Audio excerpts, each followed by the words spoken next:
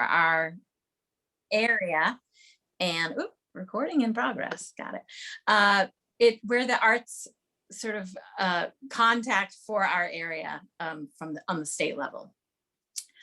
The Dare County Arts Council has sort of two branches. The first one is gallery, and the second one is programs. So our gallery, we have art by over 100 local and regional artists here for sale. We have 2 rotating exhibits in our courthouse gallery, our courtroom gallery upstairs, and our vault gallery downstairs. Some of you may remember this is the old historic courthouse building.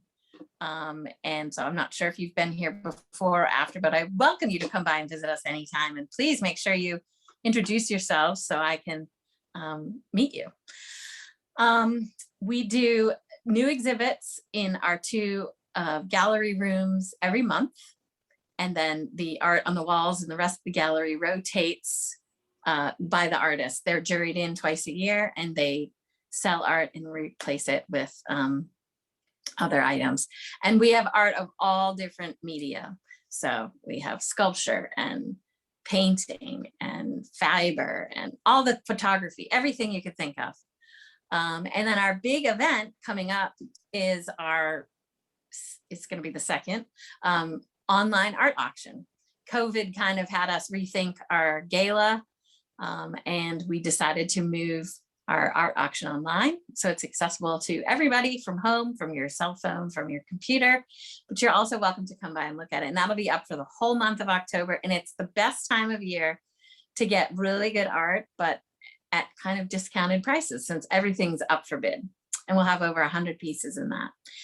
And then the last piece of the gallery sort of branch is that we do 3 community exhibitions during the year that anyone can enter from the community. So in the first one is the Frank Stick Show, that's in February. And the second one is the Molly Fearing Show, and that's in April. And then we do the New World Festival of the Arts, which is out on the Manio Boardwalk, and art vendors are juried in to sell their fine art during that. So any questions about sort of the fine arts piece of our organization? No? Okay. So the second branch of the Arts Council is our programming in the community. We try to provide programming for all different groups of constituents.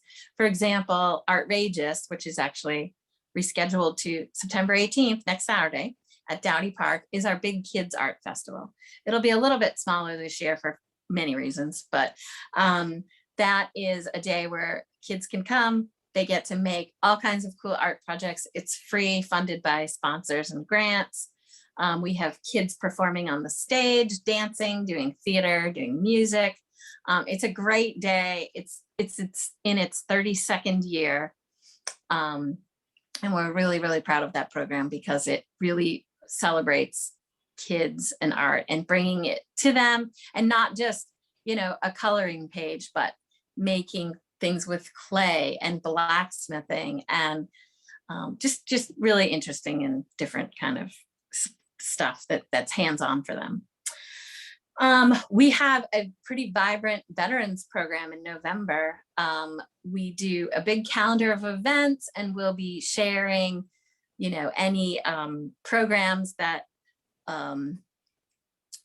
different restaurants or organizations might be offering, a free cup of coffee or a discounted meal or a hotel room, whatever it is. We'll put together a big list of all of the benefits that our community provides for veterans. We offer, we're going to be having a concert at Jack Brown's, honoring veterans. And then we're also going to be doing a veterans writing workshop. All of the events that week are free for veterans, military, active, and their families too. So that's another event that we're really proud of, and we hope to expand on over the years. And that's been going on for over a decade now too. Let me see. We also have a lot of music programs the first Friday of every month, almost all year, beginning in April, is First Friday here in Manio. So we have our new exhibits opening. We have live music all over town, outside. And it's just a really fun night to check out the shops, go to the bookstore, see some art, listen to some music. It's just a really wonderful and fun night. We also incorporated the courthouse speaker series and the courthouse sessions, which came about because of COVID, where we moved some of our programming online to provide live music and live art talks for our community. And those are still going on, actually. We have a musician speaking later the end of this month, Tom Maxwell. If any of you have heard of the Squirrel Nut Zippers, they're a really obscure but sort of popular band in some areas. He'll be talking about his experience and during working on that. And then we try to reach our Hatteras friends. We have a festival called Rock the Cape down there that we sponsor, and it's music, art, same thing, but focuses on Hatteras artists. And then let's see, I have a little list here I'm checking. Oh, and two more. One is our Expressions program, which provides art opportunities for those affected by cancer. And then our Power of Art program similarly provides art opportunities for different groups of special needs adults, Monarch, people like that. We also work with GEM for people with dementia. So we're working to keep those going and expand those as well. And then the last piece I just wanted to talk to you about is our courtyard, which is our new space out back. I don't know how often you guys come to Manio, but we created a new space out behind our building that we're going to be doing outside programming, mostly focused on performing arts, literary arts, and things we couldn't do inside the building.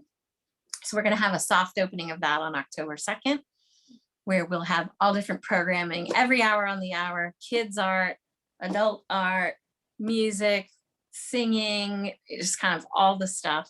And we're always looking for ideas from the community about what you'd like to see, what any connections or ideas you have. We're always happy to have, people sponsor any of these programs that speak to your heart. And I guess that's about it. I just wanted to screen share real quick that, if I can do this on my laptop, our website, because it's always up to date. Our media director, Tatum, keeps everything going. So if you ever have any questions, you can check out our website. It's pretty easy. It's just darearts.org. And you'll see, this is our homepage that has all the events on the left side here, what's coming up, and you can just click. For example, there's a surf film festival coming up. You can click on that. Here's the one about First Friday. And then you click and you'll come to another page that will just give you any new info. You'll see this. Mojo Collins, one of our favorites. So I just wanted to point that out. There's events. You can see which artists here, where to donate, and you can shop online. Here's the page of the art heist coming up. That's that art auction I told you about. We also have Artrageous will pop up here at some point. And anything else you'd ever want to know. So I guess that's it. I feel like I've talked your ears off already, but does anyone have any questions or comments, or I don't know. I have a question. Are you associated with the arts and crafts that's going on now near the Hilton? No, that's a different group of people who put that together. But a lot of our artists that we work with are also showing at that event. I mean, I'm not sure if this is a question for you, Jessica, or maybe Doug Brannon can answer it. What's going on? There's a 9/11 item at Glenn Muir's gallery. Is that related to the Arts Council, or is that? So I know Glenn used to be. I don't know what the deal is with that. That's through Pat Yor and Hannah Gibran, the sculpture of the artist who designed it and installed it. It's going to be at 9 o'clock on the 11th, which will be Saturday morning. There's expected to be a large crowd, so Pat is recommending that people who attend try to be there by 8:30. And it's going to be dedicated, a dedication ceremony for 9/11. There's a lot of significance that has been designed into the sculpture So I think whenever you see it and read about it, you'll really be fascinated. Thanks, Doug. Anything else? Yep, looks like. Aaron. Thank you. Oh. Thank you. Thank you. All right, thank you. I'll probably pop off because I have some other meetings to go to this afternoon. But thanks for having me. It was great to chat, and reach out anytime with any questions or anything else. Thank you, Jessica. Thank you.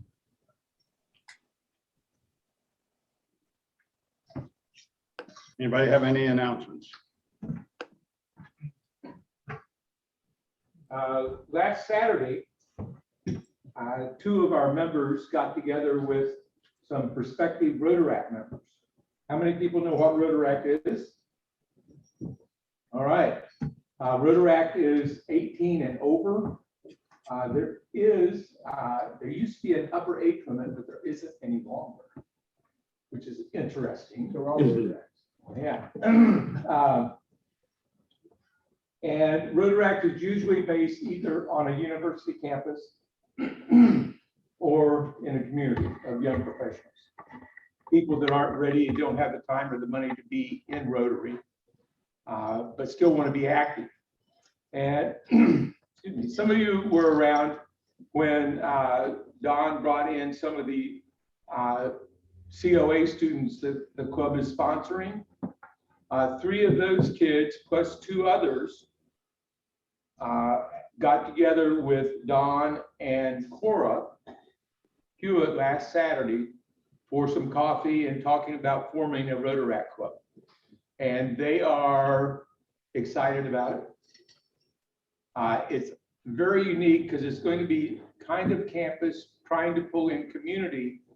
And with just the 5 people that are interested now, we have 5 countries represented around the world, which is really going to be unique.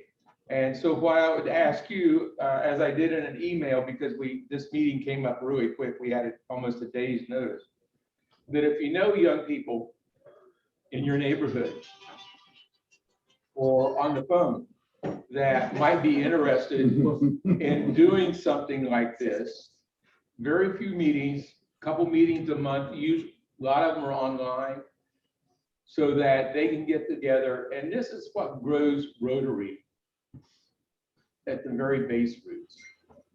That if we can get young people interested, and especially if we can get international students interested and understand the 4-way test and service above self, it's a great way to impact the world. Those international students go home where it's really hard to get into a Rotary club because it's a bunch of old white guys trying to keep it that way. And they can go home and they can start their own Rotary club if they can't find anybody else. But they can still connect with the Rotaract club that we're forming here through the internet.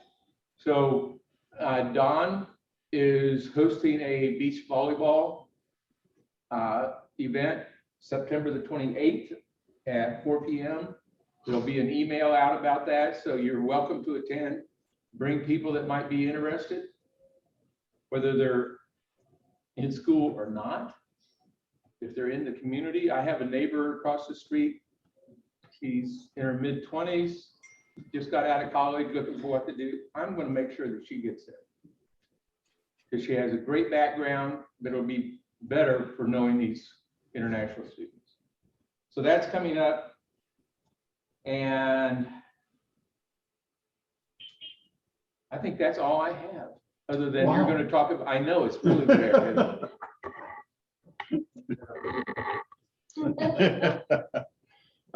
Who's got the 50-50? Okay. Hey, John.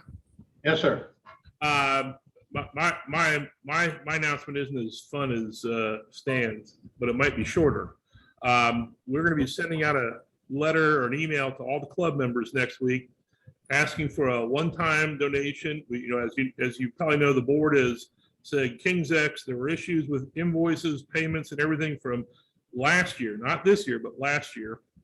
And we'll be sending out a one-shot email, just simply saying, hey, here's what you might have owed. We're not really sure, honestly. But if you can make a donation to help keep our finances strong as we move forward, we sure appreciate it. But it's not something that goes on your invoices in the future. It's just a request for a donation. And some of you have already made these donations, and we can't thank you enough. So that'll go out next week. Thank you. Any questions about that? All right, so. Did who did buy, but since we're- How big is the pot? Huh? How big is the pot right now? Well, there was $65 added to it today. So I don't know exactly what it is right now. So it's getting close to 400 bucks. Yeah, Yeah. so it's a good size. So I'm gonna let you draw the first one. Just set that one to the side. This is gonna be for the 50-50 pot. All right. There you go. Set that one to the side, and I'm gonna let you draw two of these, and just set them to the side. And this is gonna be for a bonus gift certificate. Stan told me to pick his. I'm sure he did. One of Mix it up one more time. them. There you go. It doesn't matter. You can't see. All right. And if you want to go ahead and read out the 50-50, we'll do that one first. Big money. Check this one. Yeah, just read the last thing. 652. 692, right? 652. Close though. That's me. Hey, Bobby. So that, I guess that tactic did work. All Wow. right, I'm putting it over to you. So you're gonna get the draw. And he is 652. So you get to draw your card. You're going for the ace of spades. Come on, Bobby. Come on. Oh, my God. Wait. Yeah. All righty then. And then if you want to read the other two numbers, I'll draw out Just, Last I three. don't know what he do. What the for, what? What's four? Last three digits, 651. Yeah. That's Oh, come on, Bobby. Recount. Hey. Oh, wow. I mixed those up. You're welcome. Ready? If you say 653. 653, no. That was good. 723, late number, 723. Oh, 723. All right. All right. He gave $5 straight. Which one was this? Pioneer? The first one. I'm gonna send you the most amazing, incredible restaurant for us. We get tuna stacks. It is. And the other is really tasty. All right, guys. Oh, let's play another week. Okay. Can we end the meeting? Yep. With the four-way test? Things we think Is it the they truth? do. First, is it the truth? Second, is it fair to all concerned? Third, will it build goodwill and better friendships? And will it be beneficial to all concerned? And let's close out with our. Service above self. Next Thank you all. week is a club assembly, right? Next week.